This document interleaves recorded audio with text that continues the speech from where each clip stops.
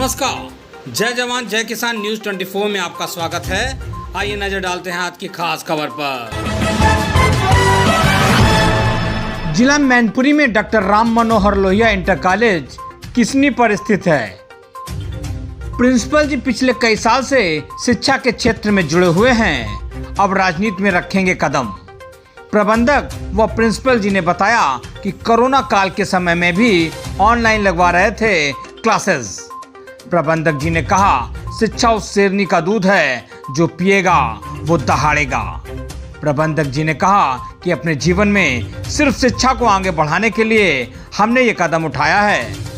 उन्होंने कहा कि कोरोना के बाद से स्कूल में लगवा रहे हैं एक्स्ट्रा क्लासेस। प्रबंधक जी ने सभी देशवासियों को नव वर्ष की हार्दिक शुभकामनाएं दी हैं। देखिए जिला मैनपुरी से संपादक कुमार गौरव के साथ मोहित राजपूत की यह खास रिपोर्ट।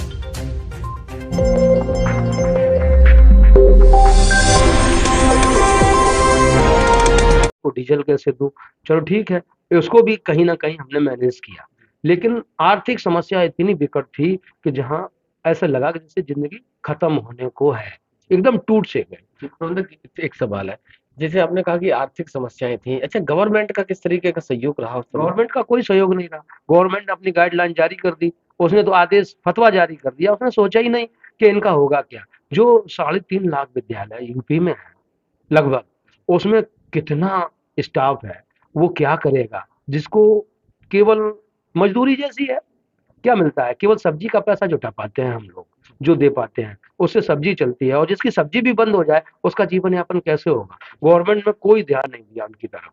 अगर चाहती गवर्नमेंट तो वो कह सकती थी, मानदेय के रूप में कुछ ना कुछ सहयोग राशि दे सकती थी, विद्यालयवार दे देती, हम कहते हैं ज्यादा नहीं देती थी, उसका आधा दे देती, हाँ, जिससे कि एक गरीब शिक्षक जो है, शिक्षक से ज्यादा गरीब कोई नहीं है। ये प्राइवेट शिक्षक ऐसा है जो मजदूरों से भी गया बीता है। मजदूर को 300-400 रुपए पर डे मिल जाते हैं, लेकिन शिक्षक को अगर आप देखा जाए 5,000 अगर कोई दे रहा है, 7,000 दे रहा है, हम तो मान लीजिए 10,000 और 15,000 देते हैं, लेकिन जो विद्यालय मोस्टली विद्यालय 5,000 और 6,000 देते हैं, जो पर डे 150 और 200 रुपए नहीं पड़ते उसके, तो सब्जी कैसे है। कोरोना में सब्जी इतनी महंगी थी कि बेचारा सब्जी नहीं चला पाया, उसने कैसे जीवन चलाया होगा ये तो वो जानता है या ईश्वर जानता है, हम आप उसकी कल्पना नहीं कर सकते।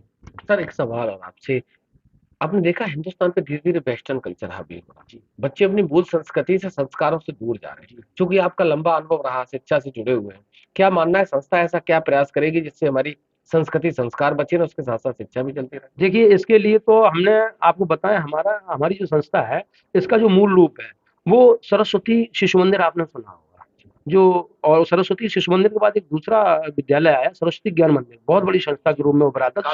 सर मदन लाल थे जो अपने इटावा के, उसके, हाँ, उससे फिर कुछ ब्रांचेज ऐसी निकली, जैसे जो अच्छे लोग थे उन्होंने अपनी एक संस्था बना दी, तो अपनी फ्रेंचाइजी चालू कर दी। उसमें एक संस्था थी माँ सरस्वती ज्ञान मंदिर, माननीय अरुणाचार्य कुसमरा के द्वारा संचालित की गई, तो उसमें उन्हीं की एक संस्था ये भी है। हमारा विद्यालय का पूर्ववर्ती जो नाम है MSGM है, जो नर्सरी टू 8th आज भी संचालित है इंग्लिश मीडियम के रूप में। तो वो माँ सरस्वती ज्ञान मंदिर जो संस्था थी, तो उसमें क्या है कि हम अपनी भारतीय जो संस्कृति है उसको अछूने नहीं होने देते। हम उसमें अपना जो प्रातः स्मरणम है, मानस पाठ है, वंदनाएं हैं, उनके द्वारा और वीर बालक कहानियों के द्वारा, नाना प्रकार की मोटिवेशनल स्पीच के द्वारा बच्चों को प्रेरित करते रहते हैं और बताते हैं कि देखिए अपनी संस्कृति। लेकिन हमने देखा है जो पाश्चात्य सभ्यता हावी हो रही है, उसमें जो पहनावा बिगड़ रहा है, और आपने देखा होगा आजकल सबसे बड़ी बात तो है कटिंग, देखी होगी। बच्चों को देखें और समझें, और जो जायज है उसके लिए उन्हें प्रेरित करें, ना कि उनकी हर नाजायज बातों पर अमल ना करें और ना मानने का प्रयास करें। क्यों, बच्चे हैं, बच्चे नहीं समझते हैं कि अच्छा क्या बुरा है। कहीं ना कहीं अभिभावक और टीचर दोनों का समाज को एक सही रूप देने का और दिशा देने का प्रयास करना चाहिए, और मैं उसमें करता हूँ। लेकिन कभी कभी क्या देखता हूँ कि गार्जियंस बिल्कुल ऐसा हो जाता है जैसे उसके बस में कुछ नहीं है, वो प्यार में कहीं ना कहीं दुलार में बच्चे के मजबूर हो जाता है और वो उन चीजों को मानता है, और जब मान लेता है तो एक गलती जब बच्चा करता है और वो जब उसको आप नहीं टोकते हैं तो बार बार उन गलतियों को वो करता रहता है और बाद में एक बेकार रूप धारण कर लेती है। हमने देखा है बहुत सारी समस्याएं ऐसी हैं, चाहे वो लड़की हो चाहे वो लड़का हो आज। और जिन बच्चों को अगर आप जी कहें संस्कृत की तरफ प्रेरित करें, अपनी सभ्यता की ओर उन्हें समझा बुझाएं, जब तक दोनों का कॉम्बिनेशन नहीं होगा, अभिभावक और शिक्षक का, तब तक बच्चे पे उसका असर नहीं पड़ता। ये हमने देखा है। नहीं तो वो अगर अभिभावक कहेगा और शिक्षक ना कहे तो वो अभिभावक से कटेगा, शिक्षक की तरफ प्रेरित होगा, और शिक्षक कहेगा तो वो स्कूल को छोड़कर घर की तरफ उन्मुख हो जाएगा। दोनों में तारतम्यता बनाए रखने के लिए हमें दोनों का सहयोग चाहिए, टीचर और अभिभावक का। तभी हम बच्चे को अपनी संस्कृति से परिचित करा सकते हैं और उसको उस संस्कृति पर चला सकते हैं, जिससे कि देश के लिए एक सुदृढ़ और योग्य नागरिक का निर्माण हो सके। प्रबंधक जी, सियासी गलियारों में एक चर्चा है, आप काफी समय से शिक्षा से जुड़े रहे, सुनने में आ रहा कि राजनीति में भी कदम रखने का प्रचार है, ये कहाँ तक सत्य है? अगर है तो शिक्षा के बाद शिक्षा से सेवा करिए, आपने समाज को तैयार कर रहे हैं। बच्चे कहीं ना कहीं आपने देखा है कि अगर एक इंजीनियर गलत पुल बना दे जी, तो हो सकता है 100 200 500 लोगों को जल्दी यमराज के पास भेज दे। पर ज्यादा एक डॉक्टर अगर गलत डिग्री, गलत इंजेक्शन, गलत दवा दे दे, हो सकता है 100 200 लोगों को जल्दी यमराज के पास भेज दे।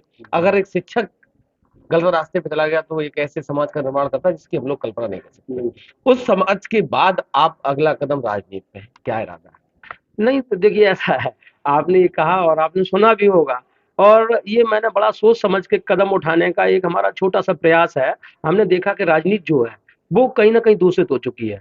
उसमें ऐसे लोग हावी हो जाते हैं जो पैसे के बल पर निहायत, हम देखते हैं कोई कहता है हम 1 करोड़ रखे हैं, कोई कहता है हम 2 करोड़ रखे हैं, कोई कहता है हम 4 करोड़ रखे हैं, हम ऐसे चुनाव लड़ेंगे, हम वैसे लड़ लेंगे। मेरा मानना ये है कि अगर शिक्षित लोग, पढ़े लिखे लोग राजनीति में आएंगे तो ये जो राजनीति दूषित हो गई है ये कहीं ना कहीं शुद्ध होने का काम करेगी। और धनबल पे चुनाव नहीं लड़ना चाहिए, और जबकि सरकार का भी प्रयास होना चाहिए। हमने देखा कुछ देश ऐसे हैं जहां पर हमने देखा है कि वो कि अपना प्रचार प्रसार गवर्नमेंट के माध्यम से होता है। हमने देखा, एक आप हमसे बेटर कि कई देशों का आप अध्ययन भी करते रहते हैं, चैनल पे भी देखते रहते हैं, आप लोगों के माध्यम से आता है, तो पढ़ा भी है हमने कि बहुत सारे देश ऐसे हैं जिनके एक मंच के द्वारा सारे लोगों का प्रचार प्रसार होता है, वो गवर्नमेंट उसका खर्चा बयान करती है, और कम समय में और अपनी बात रखने का सभी को एक मंच से मौका मिलता है, और जनता फिर देखती है कि इन चारों में से हमारे लिए बेस्ट कौन है, उसको चुनने का कार्य करती है ना। तो ऐसी स्थिति में अब यहाँ क्या है, अपने यहाँ जो चुनाव प्रक्रिया है वो बहुत ही दूषित है।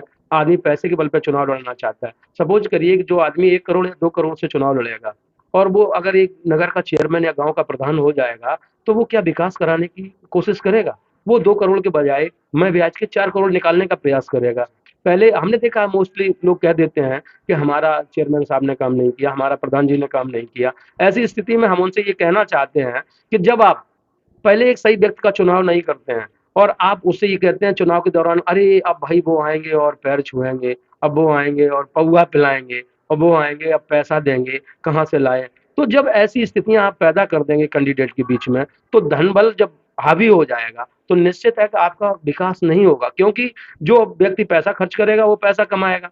मैंने सोचा कि ऐसी स्थिति में अगर एक नई प्रपार्टी को जन्म दिया जाए, एक शिक्षक जब राजनीति में आएगा, हम गलत बात ना तो पसंद करते हैं और ना किसी को करने देंगे। जब पैसा हम 27 साल से इस किस्नी की सेवा कर रहे हैं, या किस्नी में हम 27 साल से विद्यालय चला रहे हैं। जी, राजनीति में आ रहे हो आप, राजनीति की अगर बात करो, आपने कहा राजनीति बहुत दूषित है, और दूषितता की बात करो, आपने देखा है राजनीति में एक सबसे बड़ा अगर कोई मुद्दा है तो जनप्रतिनिधि के लिए भ्रष्टाचार को मिटाना। और भ्रष्टाचार की अगर बात करूं तो आपने देखा होगा छोटे छोटे कामों के पैसे, पेंशन के नाम पे, राशन कार्ड के नाम पे, आवास के नाम पे, पता नहीं बहुत एक निचले स्तर तक, यहाँ तक कि डेथ सर्टिफिकेट नाम पे भी वसूली करी जाती है।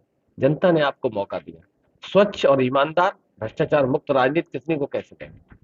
देखिए, मेरा मानना है कि जब हमारे अंदर कहीं ना कहीं दूषित भावनाएं होंगी, हमारे अंदर कहीं ना कहीं गलत सोच होगी, और हम कहीं ना कहीं पैसे के लिए मैदान में उतरना चाहेंगे और लोगों की सेवा का नाम देकर और लूटने का प्रयास करेंगे, तो निश्चित हम भ्रष्टाचार को नहीं मिटा सकते।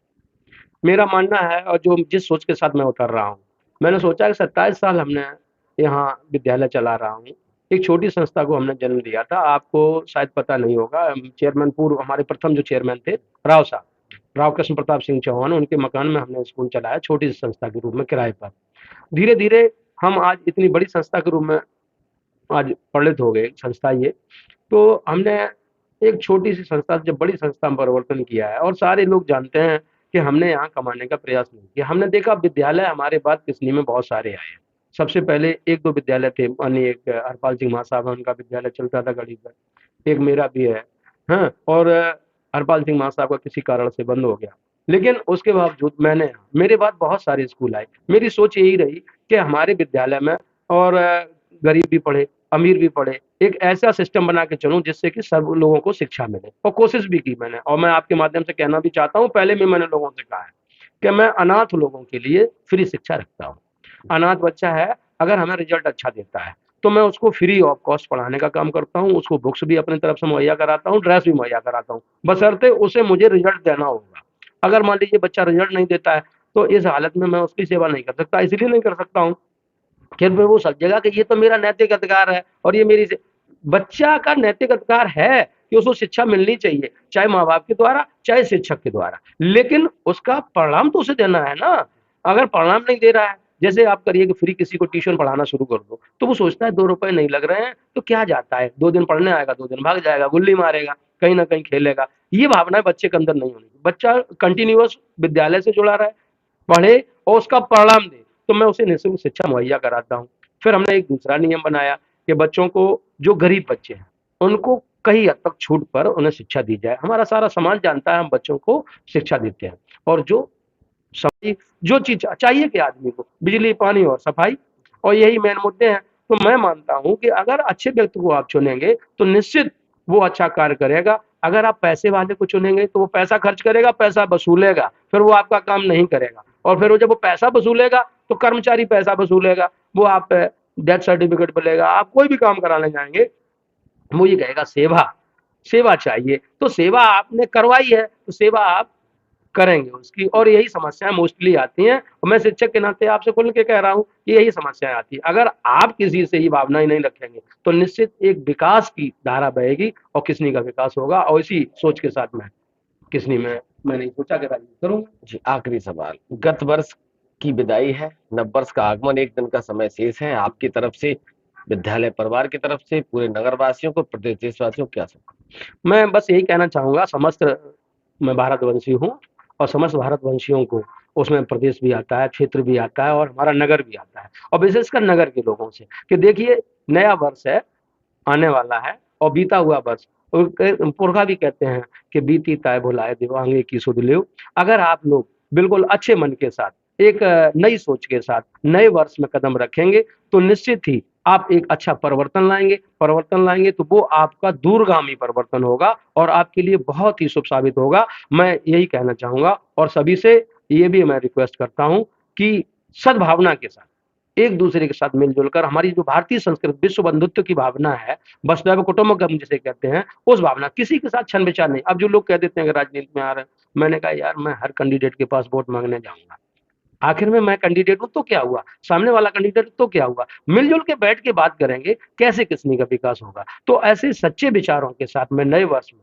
प्रवेश करूंगा, और आप सभी के नगरवासियों के घर घर कैंपेनिंग भी करूंगा, सबसे मिलूंगा भी, और मैं आपके माध्यम से उन सभी को, अपनी देशवासियों को, प्रदेशवासियों को, क्षेत्रवासियों को और नगरवासियों को नव वर्ष की बहुत ही मंगलमय कामना के साथ उन्हें अपनी हार्दिक शुभकामनाएं प्रेषित करना चाहूंगा। बहुत बहुत धन्यवाद प्रबंधक जी बात करने के लिए। हमारे साथ थे संस्था के प्रबंधक, और कहीं ना कहीं काफी समय से, पिछले 27 साल से शिक्षा की एक छोटी सी कस्बे में, छोटे से शहर में, आज विधानसभा है, अलग विषय है, काफी समय से विधानसभा रही है, वो भी एक अलग विषय है, लेकिन कहीं एक छोटा सा कस्बा किसी में शिक्षा की अलग जगाने वाले शिक्षक के रूप में अब अपना नया जीवन, नया अध्याय शुरू करेंगे आने वाले नगर पंचायत के चुनाव में। प्रबंधक जी, आपको हमारी तरफ से बहुत बहुत बधाई, बहुत बहुत शुभकामनाएं, नव वर्ष की मंगल कामनाएं आपके लिए। आपका नव वर्ष खुशियों भरा हो, और आप जो नया कदम, नया अध्याय शुरू करने जा रहे हैं उसमें आपको सफलता मिले। हमारी तरफ से आपको बहुत बहुत बधाई, शुभकामनाएं, धन्यवाद। पल पल की खबरों को देखने के लिए चैनल को लाइक, सब्सक्राइब और शेयर जरूर करें।